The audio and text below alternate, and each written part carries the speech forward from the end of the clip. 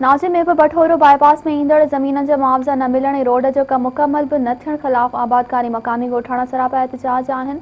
वधीक तफ़सील ॾिसूं था करीमदाद चांडियो जिन रिपोर्ट में। जी नाज़रीन, मीरपुर बठोरो बाईपास जो कम अध में रहियल ऐं जेके हिते ज़मींदारनि जूं ज़मीनूं बाईपास में आयल आहिनि उन्हनि खे मुआवज़ो न मिलियो आहे। उनखे 2 साल गुज़री विया आहिनि। असां उन्हनि सां हिते शहरी एक्शन कमेटी शहरी इताद पारां हिते एहतजाजी मुज़ाहिरो कयो वियो आहे। बाईपास ते असां उन्हनि सां ॻाल्हि ॿोल कंदासीं त हिन जा छा मसइला आहिनि।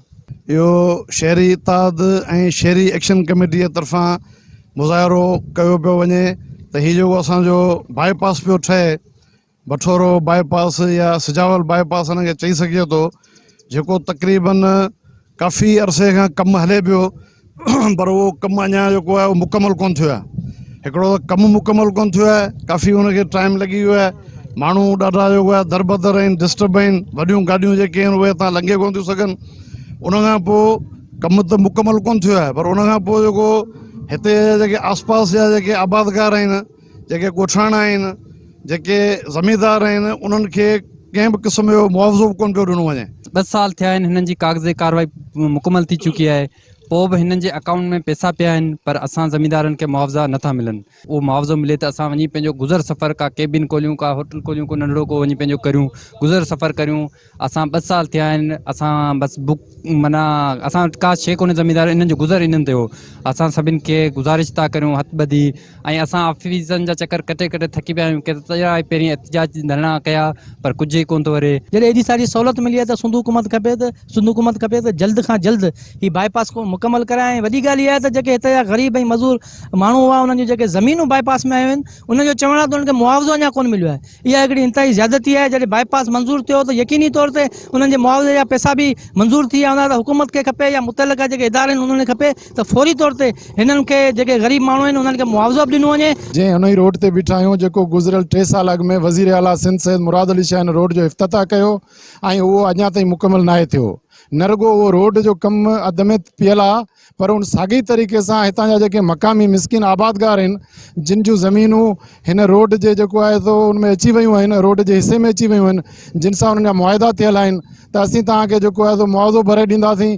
हींअर सारियुनि जो जेको आहे फसल जो टाइम आहे, इन ई सॼे अरसे में या गुज़िरियल 3 सालनि खां वठी करे अञा ताईं उन्हनि खे मुआवज़ो न मिलियो वियो आहे। बाईपास जो कमु इलाही काफ़ी टाइम खां रोल जो शिकार आहे। असांजो मुतालबो आहे त बाईपास जो कमु जल्द खां जल्द मुकमल कराए ॾिनो वञे ऐं हिते जा जेके आबादगार आहिनि, हे ग़रीब एॾा वॾा आबादगार कोन्हे, कंहिंजी एकड़ आहे, कंहिंजो 1.5 एकड़ आहे, कंहिंजा 2 एकड़नि, उन्हनि खे मुआवज़ो न ॾिनो वियो आहे। पोइ उन में DC त खे मुआवज़ा उनजा मिली चुका आहिनि तॾहिं बि उन्हनि खे कोन पियो ॾे। शहरी एक्शन कमेटी ऐं शहरी इताद बाईपास जेको उते बीठल आहियूं ऐं हिते ॻोठाणनि असांखे हिकु दाह ॾिनी त तव्हां असांखे हक़ रसाई कराए ॾियो।